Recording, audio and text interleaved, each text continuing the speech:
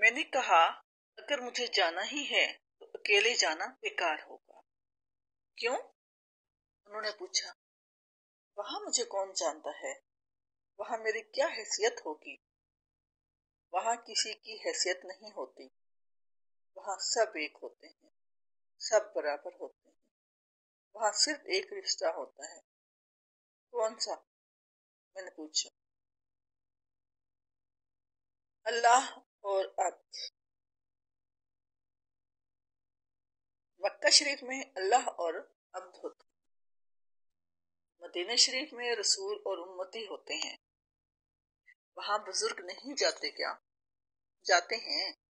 پھر مسجد میں داخل ہونے سے پہلے سب کو جوتوں کے ساتھ ساتھ مرتبے اور بزرگی کے امامے بھی اتار دینے پڑتے ہیں، اور کوئی یقین سے نہیں کہہ سکتا کہ واپسی پر اس کا امامہ اسے مل بھی جائے گا۔ پھر تو مرتبے والے بزرگ فکر مند رہتے ہوں گے، عام بندے مزے میں ہوں گے، اس فکر سے آزاد۔ ہاں، وہ بولے۔ آپ کو کیسے پتہ ہے؟ اقبال نے جو بھانڈا پھوڑ دیا ہے، تیری سرکار میں پہنچے تو سبھی ایک ہوئے۔ اقبال کو پتا تھا؟ ہاں، کیسے پتا تھا؟ وہ صاحب نظر تھے۔ کیا وہ اللہ اور عبد کے تعلق سے واقف تھے؟ ہاں۔ دفعتاً میں نے محسوس کیا کہ جیسے اللہ اور اس کے رسول صلی اللہ علیہ وآلہ وسلم کا مجھ سے گہرا تعلق ہو۔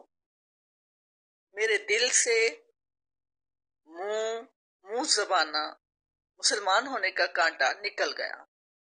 میرے بند میں ایک نیا رشتہ ابھرا۔ میں عبد ہوں، میرا خالق مجھے بلا رہا ہے، میں جاؤں گا، ضرور جاؤں گا۔ حج کرنے نہیں، اپنے اللہ کو سلام کرنے کے لیے، اپنے خالق کا شکریہ ادا کرنے کے لیے کہ اس نے مجھے بنایا، ایسا بنایا کہ جیسا میں ہوں۔ میں جاؤں گا، اپنے اللہ کو منانے کے لیے جاؤں گا۔ یہی ابدیت کی غایت ہے کہ بنانے والے کو منایا جائے۔ کمرے پر خاموشی طاری تھی۔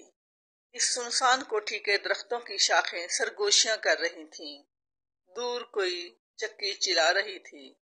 عبد ہوں، رسول ہوں، عبد ہو، رسول ہو۔ بن مانگے نہ ملے بھیک، مانگے نہ ملے بھیک، سناٹا۔ بن مانگے موتی ملے، مانگے ملے نہ بھیک۔ سچ کہتے ہیں، جب تک طلب نہ تھی، راہ چلتے مست اور فقیر مجھے حج پر جانے کی خوشخبری سناتے تھے۔ میرے خواب حج کی نوید سے بھرے ہوئے تھے۔ پھر جب طلب بیدار ہوئی تو سب چپ ہو گئے، خواب بند ہو گئے۔ میں نے محسوس کیا جیسے ایک سناٹا طاری ہو گیا ہو، گہرا، عظیم سناٹا۔ میرے دوست اشفاق احمد، بانو قدسیہ، احمد بشیر، ابن انشا، کیسر، سب سکہ بند دانشور ہیں۔ میری بات سن لیتے ہیں، وقتی طور پر متاثر بھی ہو جاتے ہیں، لیکن التزاماً اسے پلے سے باندھنے سے گریز کرتے ہیں۔ اس لیے کہ دانشور کا مسلک شک کرنا ہے، پلے باندھنا نہیں۔ میرے دوست محمد طفیل بذات خود ٹیلی پیتھک شخصیت ہیں۔ ان میں سے ایک ریسیور لگا ہوا ہے۔ ان کی اپنی زندگی میں چوتھی سمت کے مشاہدات و احساسات موجود ہیں، لیکن وہ محمد نقوش کے رعب کی وجہ سے اپنے ان مشاہدات کا تذکرہ نہیں کرتے، محمد نقوش سے دبتے ہیں۔ اسی وجہ سے ان کی شخصیت دو حصوں میں بٹی ہوئی ہے۔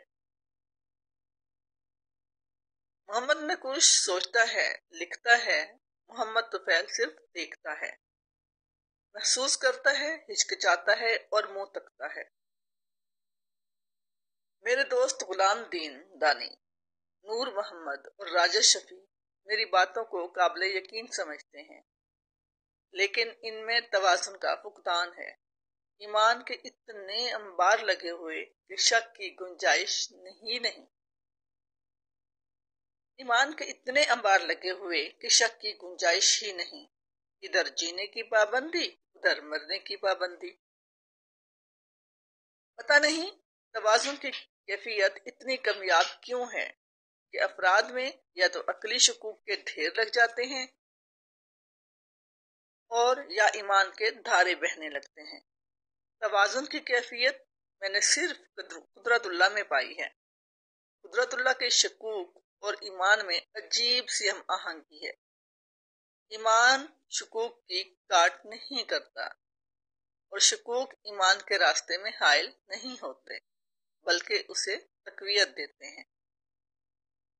میرے دل کی تڑپ یا طلب قدرت کی وجہ سے تھی، اس لیے میرے لیے وہ وسیلہ بن گئے تھے۔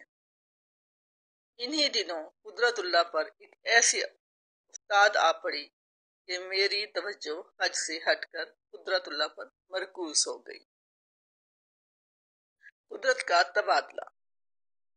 پتہ نہیں کیوں بیرونی طاقتیں ہمیشہ سے قدرت اللہ کو اپنے راستے کی رکاوٹ سمجھتی رہیں۔ ان کا خیال تھا کہ صدر کے سیکرٹری ہونے کی حیثیت سے قدرت اللہ کا صدر پاکستان پر ایسا اثر ہے جو بیرونی طاقتوں کے مفاد میں رکاوٹ بنا رہتا ہے۔ عرصے دراز کی کوششوں کے بعد وہ کامیاب ہو گئے اور قدرت اللہ کو سیکرٹری صدر کے عہدے سے سبکدوش کر کے اطلاعات کا سیکرٹری لگا دیا گیا۔ اس تبادلے کے بعد بیرونی طاقتوں پر انکشاف ہوا کہ بات تو وہیں کی وہیں رہی اور قدرت عملی طور پر جوں کے توں اثر انداز ہے۔ لہٰذا بیرونی طاقتوں نے شدید دباؤ ڈالا۔ نتیجہ یہ ہوا کہ قدرت کو مرکزی حکومت سے الگ کر کے صوبائی حکومت پر فائز کر دیا گیا۔ اس تبادلے کی وجہ سے ہماری توجہ حج سے ہٹ کر دوسرے معاملات پر مرکوز ہو گئی۔ پتہ نہیں کیوں اس تبادلے پر قدرت اللہ نے اپنا استعفیٰ صدر کی خدمت میں پیش کر دیا۔ اس استعفیٰ حج کا مظہر نہ تھا۔ عرصہ دراز سے قدرت کی خواہش تھی کہ نوکری چھوڑ کر کوئی لکھنے اور پڑھنے کا کام کرے۔ صدر ایوب نہیں چاہتے تھے کہ قدرت اللہ کا استعفیٰ منظور کریں۔ قدرت اللہ ضد کر رہے تھے۔ نتیجہ یہ ہوا کہ اس بات پر پورا 1 مہینہ صدر اور قدرت کے درمیان مذاکرات ہوتے رہے۔ صدر متحمل مزاج تھے۔ ان کا خیال تھا کہ اس وقت جذبات کو کمزور کرنے اور حالات سنوارنے کی واحد کنجی ہے۔ اس کا خیال تھا کہ وقت جذبات کمزور کرنے اور حالات سنوارنے کی واحد کنجی ہے، اس لیے وہ معاملے کو طول دیتے رہے۔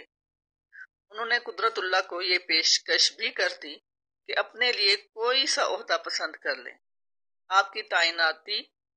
آپ کی وہاں تعیناتی کر دی جائے، لیکن قدرت نوکری چھوڑنے پر مصر تھے۔ انہی دنوں اتفاق سے ایک درویش آ گئے۔ انہوں نے قدرت کو مشورہ دیا کہ کیوں نہ آپ سفیر بن کر کچھ عرصے کے لیے ملک سے باہر چلے جائیں۔ قدرت اللہ کو یہ بات قابل قبول نظر آئی۔ ان کی خواہش تھی کہ کوئی دور کی جگہ ہو، چھوٹا سا ملک ہو۔ اتفاق سے ہالینڈ کی سفارت خالی تھی۔